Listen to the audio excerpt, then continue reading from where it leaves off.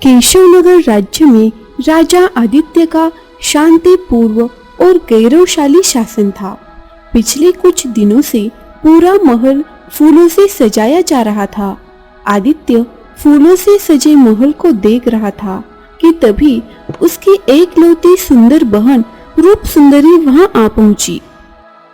भैया, पिछले कुछ दिनों से पूरा महल फूलों से सजाया जा रहा है। क्या कोई त्योहार आने वाला है क्या? त्योहार? रूप सुंदरी, तू भी ना बड़ी भोली है।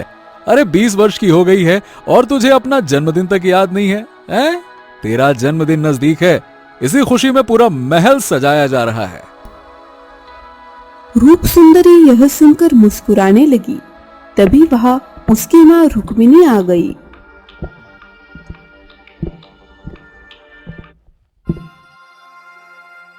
बेटी, अपने भैया के लिए दिन रात प्रार्थना किया करो। भाग्यवान होते हैं वे जिन्हें आदित्य जैसा भाई मिलता है। माँ, और किस्मत वालों को ही आदित्य भैया जैसा बेटा भी मिलता है। रुक्मिणी हंस पड़ी और रूप सुंदरी वहां से चली गई। कुछ देर बाद रुक्मिणी ने आदित्य के सिर पर हाथ रखते हुए मुस्कुराकर कहा, सच में आदित्य, तुमने बड़ी कुशलता से अपने बहन रूप सुंदरी की परवरिश की है। वह केवल 10 साल की थी जब तुम्हारे पिता युद्ध में मारे गए थे। उस समय तुम केवल 20 वर्ष के थे। अब तुम्हें अपने विवाह की तैयारियों का प्रारंभ कर देना चाहिए। तुम 30 वर्ष के हो चुके हो। ओहो माँ, जब तक मैं रूप सुंदरी का विवाह किसी वीर राजकुमार से नहीं कर देता, मैं स्वयं विवाह नहीं कर सकता। चलिए, आज्ञा दीजिए माँ। इतना कहकर आदित्य मुस्कुराया और वहां से चल दिया। वह सीधे मंत्री जगन्नाथ के पास पहुंचा। मंत्री जगन्नाथ, आप जानते हैं ना कि कुछ दिनों के बाद मेरी बहन का जन्मदिन है। हाँ महाराज, मैं जानता हूँ, और हर बार की तरह इस बार भी आप पूरे केशव नगर राज्य को दावत देंगे, ये भी मुझे पता है। हाँ, वो तो मैं अवश्य करूंगा, लेकिन इस बार मेरी चिंता का विषय कुछ और है मंत्री जी।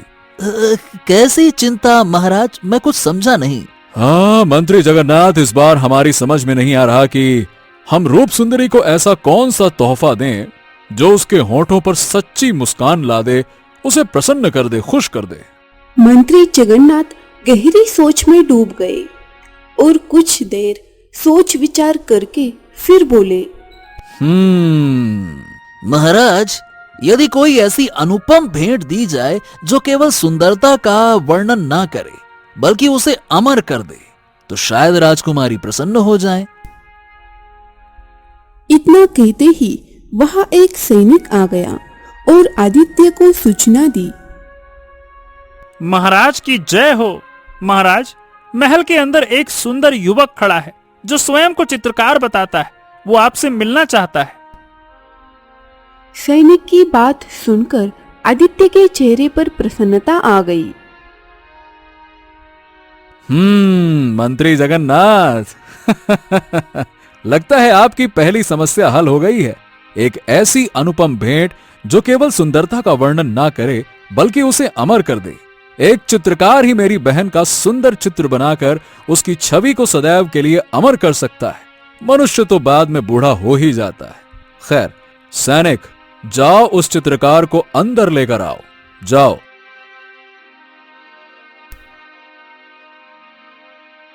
कुछ ही देर में चित्रकार अशोक राजमहल के भव्य दरबार में खड़ा था।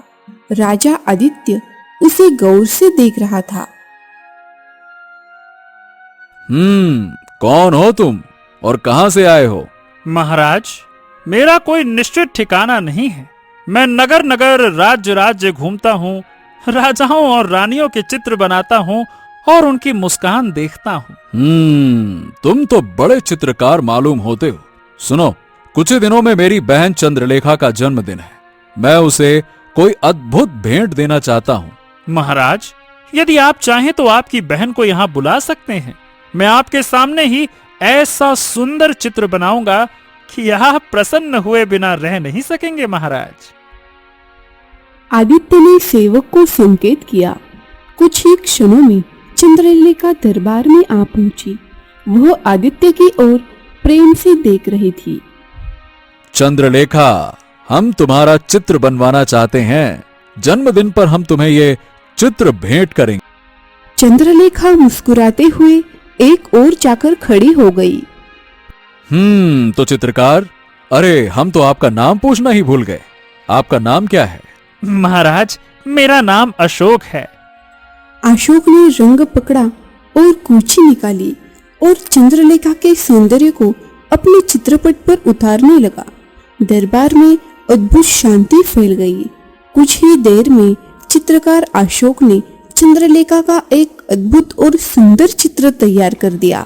राजा आदित्य ने चित्र को ध्यान से देखा।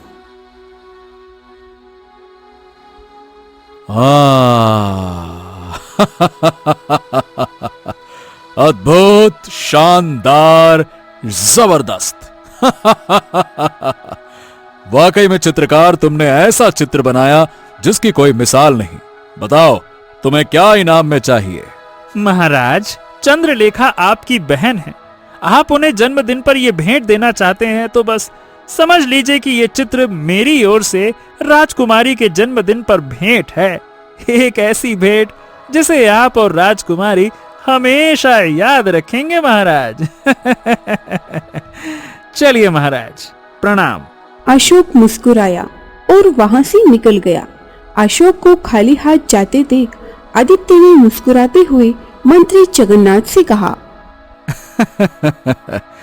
बड़ा ही विचित्र चित्रकार था मंत्री जी।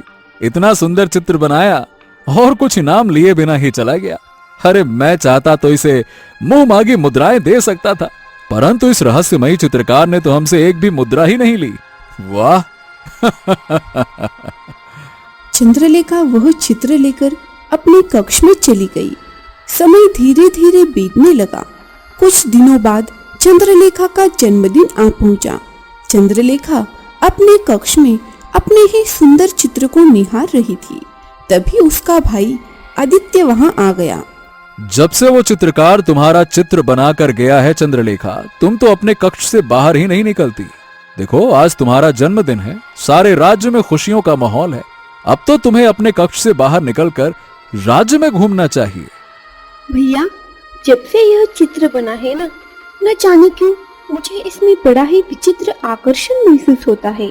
ऐसा लगता है जैसे यह चित्र में बना हुआ जंगल मुझे अपनी ओर खींच रहा है।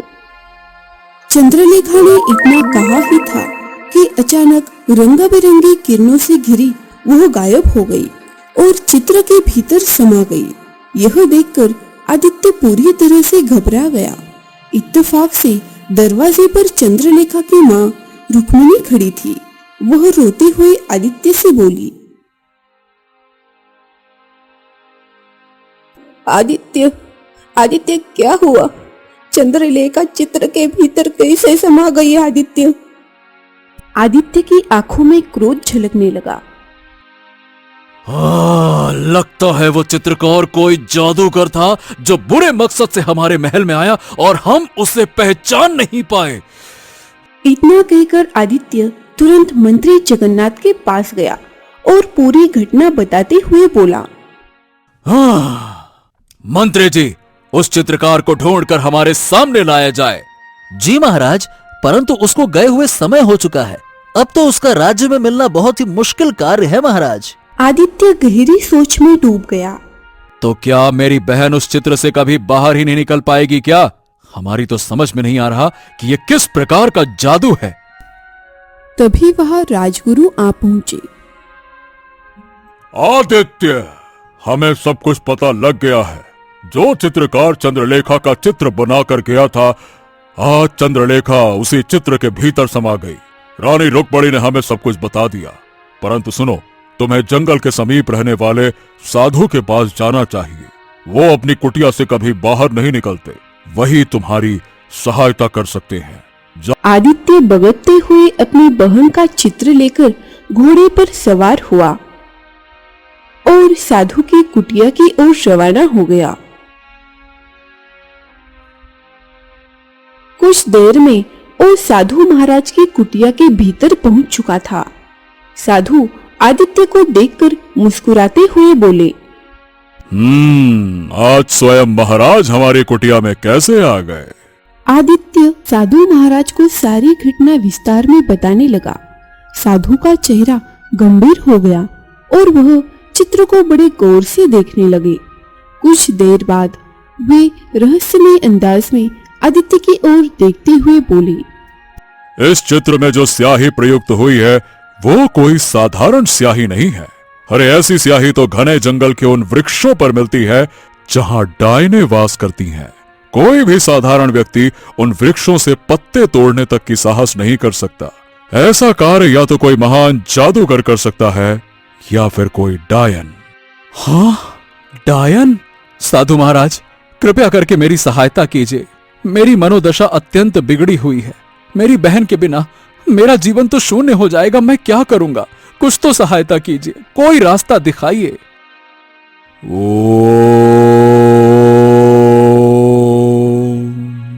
क्या तुम्हें अपना अतीत कुछ कुछ याद आता है? मैं समझा नहीं महाराज। जब तुम्हारे पिता जीवित थे उससे पहले एक घटना घटी थी जिसके विषय में तुम अनभिज्ञ हो। आप सही बताऊं साधु महाराज तो मुझे वर्षों से ऐसा अनुभव होता आया है मानो मेरे साथ कोई असाधारण घटना घटित हुई थी, परंतु चाह कर भी वो मुझे अच्छे से याद नहीं आता। हाँ, जब पिताजी जीवित थे मैंने उनसे पूछा था, परंतु उन्होंने कहा था कि ये मात्र मस्तिष्क का भ्रम है। इस चित्र को आज रात अपने कक्ष में अत्यंत ध्यान से देखना।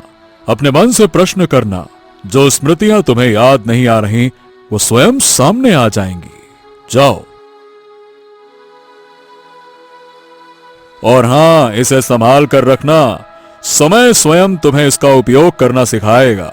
जब भी तुम्हारे सामने कोई ऐसी विपत्ति आकर खड़ी होगी जिसके सम्मुख तुम टिक ना सको, इस अभिमंत्रित सिंदूर का प्रयोग करना। जाओ। इतना कहकर साधु ने अपनी आंखें मूंद ली। आदित्य चित्र और सिंदूर लेकर महल लौट आया। हाँ माँ, क्या कभी मेरे साथ कोई ऐसी घटना घटी थी जिसे मैं भूल चुका हूँ? बचपन से मुझे ऐसा आभास तो होता आ रहा है, परंतु कुछ यादों में कुछ स्पष्ट नहीं है कि क्या है। हाँ, जब पिताजी जीवित थे तो मैंने उनसे भी पूछा था, पर उन्होंने हमेशा यही कहा कि ये मेरा भ्रम है। हाँ पुत्र, तुम्हारे पिताजी के जाने के कुछ वर्ष पूर्व तुम शिकार खेलने जंगल गए थे और अचानक लापता हो गए थे। हमने तुम्हें बहुत ढूंढा परंतु तुम नहीं मिले। गुप्तचर भी कोई सुराग नहीं ला सके। हम दोनों ने सोचा कि कोई हिंसक पशु तुम्हें अपना ग्रास बना चुका है, परंतु 1 वर्ष बाद तुम स्वयं लौट आए। जब पूछा गया कि तुम कहाँ रहे तो तुमने कुछ नहीं बताया, जैसे तुम्हारे भीतर उस 1 वर्ष की सारी स्मृति मिटा दी गई हो। हमने अनेक साधुओं से भी सलाह ली परंतु कोई हल न मिला। अतः तुम्हारे पिताजी ने कहा कि पुत्र की वापसी ही हमारे लिए पर्याप्त है।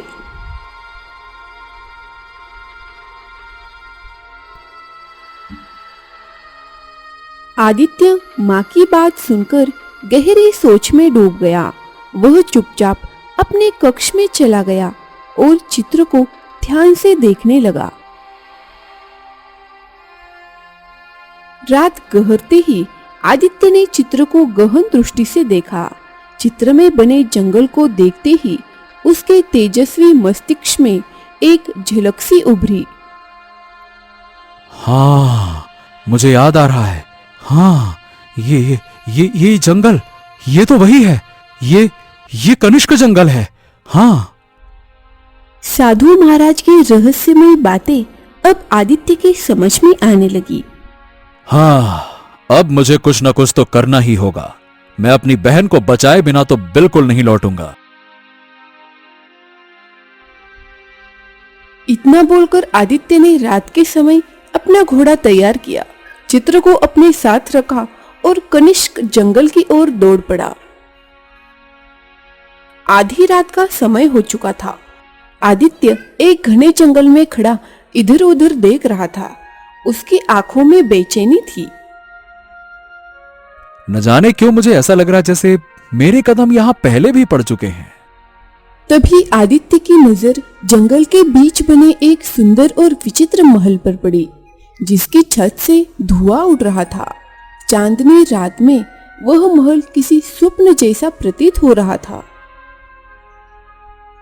बड़ी विचित्र बात है, इस दूर दूर तक फैले निर्जन जंगल में ना तो कोई मनुष्य दिख रहा है और ना ही कोई जंगली जानवर। फिर यहां इतना सुंदर महल कैसे हो सकता है? और यह महल की छत से उठता हुआ धुआं बता रहा है कि जरूर इसके भीतर कोई ना कोई तो रहता है। कुछ ही देर में वह अपनी बहन रूप सुंदरी का चित्र लेकर महल के भीतर पहुंच गया। महल अंदर से वीरान पड़ा था, फिर भी उसकी भव्यता देखने लायक थी। तभी आदित्य के कानों में एक मधुर स्त्री स्वर गूंजा। तो आखिरकार तुम आ ही गए। आदित्य ने चौंक कर पीछे पलटकर देखा। उसके सामने एक अनुपम सुंदरता वाली स्त्री खड़ी थी। तुम कौन हो? बड़ी ही विचित्र बात है, अपनी पत्नी कनक को इतनी जल्दी भूल गए तुम। ये तुम क्या बकवास कर रही हो? मेरा अभी तक विवाह भी नहीं हुआ है। बकवास नहीं कर रही हूँ, बिल्कुल सच कह रही हूँ। यह बात अलग है कि तुम्हें कुछ भी याद नहीं है, लेकिन अब जब तुम यहाँ आ ही गए हो तो मैं तुम्हें सब याद दिला दूंगी। इतना कहकर कनक ने कुछ रहस्यमय मंत्र पढ़ने शुरू कर दिए। अगले ही पल आदित्य को सब कुछ घूमता हुआ दिखाई देने लगा। कुछ ही क्षणों में आदित्य भूमि पर गिर पड़ा और गहरी बेहोशी में डूब गया। उसकी आंखों के सामने वर्षों पुराने चित्र घूमने लगे। राजकुमार आदित्य 2 सैनिकों के साथ एक घने जंगल में खड़ा था। चारों ओर गहरी हरियाली और अजीब सी चुप्पी पसरी हुई थी। हवा में एक अनजाना डर तैर रहा था। महाराज, ये जंगल बहुत रहस्यमय है, हमें वापस चलना चाहिए। यहाँ रुकना खतरे से खाली नहीं है। हाँ महाराज, और शाम भी होने वाली है और थोड़ी देर में अंधेरा हो जाएगा, सब कुछ ढक जाएगा अंधेरे में। ये जगह सुरक्षित नहीं लगती महाराज, चलिए ना लौट चलते हैं। डरते बहुत हो तुम लोग, चिंता मत करो, हम थोड़ी देर में वापस चलेंगे, ठीक है? तभी आदित्य की नजर सामने एक सुंदर हिरण पर पड़ी, जो चुपचाप झाड़ियों के बीच चल रहा था। अरे वाह वाह वाह वाह, देखो तो सही, कितना सुंदर हिरण है। वाह, अच्छा हुआ जाने से पहले ये दिख गया। मेरे पिताजी को ऐसे सुंदर हिरण बहुत पसंद है। अगर मैं इसे पकड़कर ले जाऊं ना तो वो अत्यंत प्रसन्न होंगे। आदित्य की बातें सुनकर हिरण अचानक चौंक कर कूदता घने जंगल की ओर भाग गया। तुम दोनों यहीं रुको, मैं अभी इसे पकड़ के लौटता हूं। दोनों सैनिक सिर झुकाकर वहीं रुक गए। आदित्य घोड़े को एड़ लगाकर हिरण के पीछे दौड़ा। हिरण बड़ी फुर्ती से भाग रहा था। आदित्य भी पूरे वेग से उसका पीछा कर रहा था, लेकिन अचानक एक टूटा हुआ विशालकाय पेड़ सामने आ गया। घोड़ा फिसल गया और आदित्य धड़ाम से नीचे गिर पड़ा। उसकी आंखों के आगे अंधेरा छा गया। कुछ समय बाद आदित्य को होश आ गया। उसने खुद को एक तालाब के किनारे लेटा पाया। उसके पास एक सुंदर युवती बैठी हुई थी। तुम कौन हो और मैं यहाँ कैसे आया? मेरा नाम कनक है, मैं इस जंगल में रहती हूँ। तुम्हें बेहोश पाया तो तालाब के किनारे ले आई। तुम्हें गहरी चोट आई है, इसलिए ज्यादा मत हिलना। आदित्य ने उठने की कोशिश की, मगर तेज दर्द के कारण कराह उठा। घाव ताजा है, अभी चलना फिरना कठिन होगा, कुछ दिन आराम करना पड़ेगा। मेरे सैनिक तो वापस जाने की बात कर रहे थे। अरे मैं ही मूर्ख था जो उस हिरण के पीछे पीछे भाग पड़ा। यह जंगल साधारण नहीं है, यहाँ के जानवर भी छलावा कर सकते हैं। जंगल की माया पर भरोसा नहीं करना चाहिए। वैसे तुम्हारा नाम क्या है? मैं राजकुमार आदित्य हूँ, केशव नगर राज्य के राजा विक्रम का पुत्र। राजकुमार, फिर तो आपका शीघ्र स्वस्थ लाभ आवश्यक है। मेरी झोपड़ी यही पास है, यदि चाहो तो वहां चल सकते हो। आदित्य ने स्वीकृति में सिर हिलाया कनक की सहायता से वह धीरे धीरे झोपड़ी की ओर बढ़ने लगा। झोपड़ी भीतर से साधारण मगर स्वच्छ थी। एक कोने में मिट्टी के बर्तन और दूसरे में कुछ जड़ी बूटियां रखी थी। आप लेट जाइए, मैं आपके घाव पर जड़ी बूटियों का लेप कर दूंगी, दर्द में राहत मिलेगी। आदित्य चुपचाप लेट गया। कनक ने कुशलता से जड़ी बूटियां पीसी और आदित्य के घावों पर लगाने लगी। जैसे जैसे कनक उसका उपचार कर रही थी, आदित्य खुद को उसकी ओर खींचता हुआ महसूस कर रहा था, जैसे वह अपना अतीत, अपना उद्देश्य सब भूलता जा रहा था। वाह वाह वाह वाह वाह, मैंने आज तक तुम्हारी जैसी सुंदर स्त्री नहीं देखी। अब आप आराम कीजिए, शरीर को विश्राम की आवश्यकता है। आदित्य मुस्कुराया और कुछ ही क्षणों में गहरी नींद में डूब गया। अगली सुबह आदित्य जब जगा तो उसे अपने भीतर नई ऊर्जा महसूस होने लगी। मैंने आपके लिए भोजन बनाया है, आपको भूख लगी होगी। बहुत तेज भूख लगी है कनक। कनक ने आदित्य को भोजन परोसा। आदित्य खाने लगा। समय जैसे थम गया था। दिन बीतते चले गए। आदित्य और कनक एक दूसरे की ओर निकट आते गए। एक दिन आदित्य कनक से बोला, कनक, मैं तुमसे प्रेम करने लगा हूं। जब मैंने तुम्हें पहली बार देखा था तभी से तुम्हारी दीवानी हो गई थी। मैं तुमसे विवाह करना चाहता हूं। तो फिर किसने रोका है? आदित्य ने तुरंत पास पड़ा सिंदूर उठाया और कनक की मांग में भर दिया। समय अपनी रफ्तार से बहता रहा। 1 वर्ष कैसे बीत गया आदित्य को पता भी नहीं चला। कुछ समय बाद कनक ने एक सुंदर पुत्र को जन्म दिया। आदित्य पुत्र को देख प्रसन्नता से बोला, अरे वाह! ये तो बड़ा ही सुंदर पुत्र है। इसका नाम हम अशोक रखेंगे, राजा अशोक। बहुत सुंदर नाम है। पुत्र के आगमन से आदित्य का हृदय अपार आनंद से भर गया था।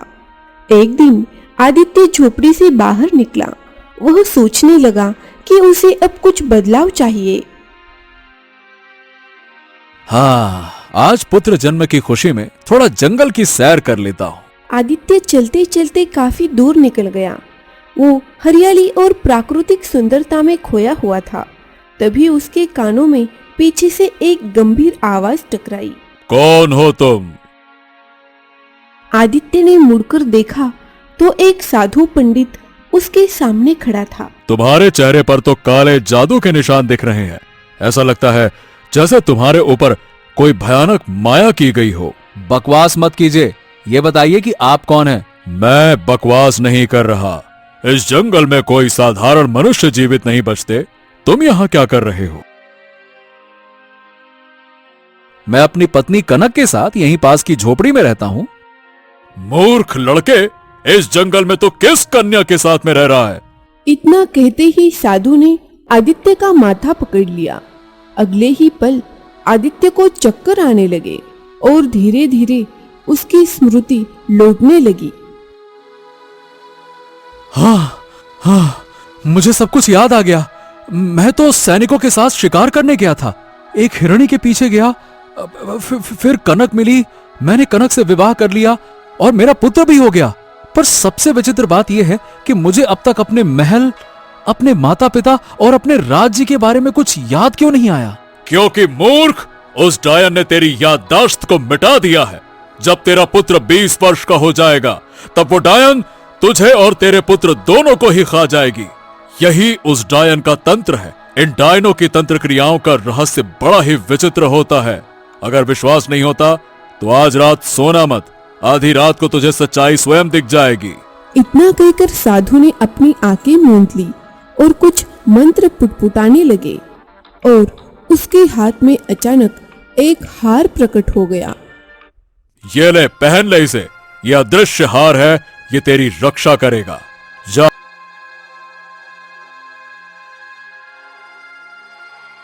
आदित्य ने चुपचाप वे हार पहन लिया। फिर साधु अदृश्य हो गया। आदित्य कनक की झोपड़ी में लौट आया।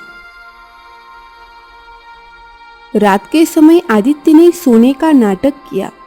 आधी रात को उसकी आंखें खुली।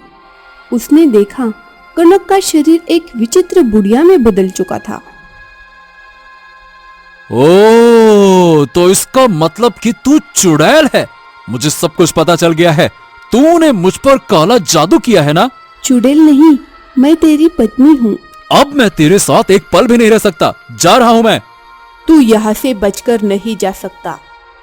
इतना कहते ही कनक ने आदित्य पर अपने जादू का प्रयास किया, लेकिन हार की वजह से आदित्य उसके जाल से बच गया।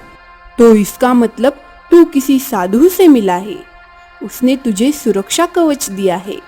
अब मैं इस स्थान पर कभी भी लौट कर नहीं आऊंगा। जा रहा हूं, मैं जा रहा हूं। मेरा तो मन चाहता है कि तुम्हें और इस दैत्य पुत्र को मार डालूं। पर ये मेरा पुत्र है और हम मनुष्य अपने पुत्रों को नहीं मारते। ये कार्य तुम दैत्य ही करते हो, हम नहीं करते। तुम दुनिया के किसी भी कोने में चले जाओ, एक दिन तुम्हें वापस यहाँ ही आना पड़ेगा। इस जंगल से बाहर निकलते ही तू जो 1 वर्ष मेरे साथ बिताया है, उसकी सारी स्मृति तुझसे छीन जाएगी। तू चाहे तो भी ना मुझे याद कर सकेगा, ना किसी को कुछ बता सकेगा। आदित्य बिना उत्तर दिए वहां से चला गया।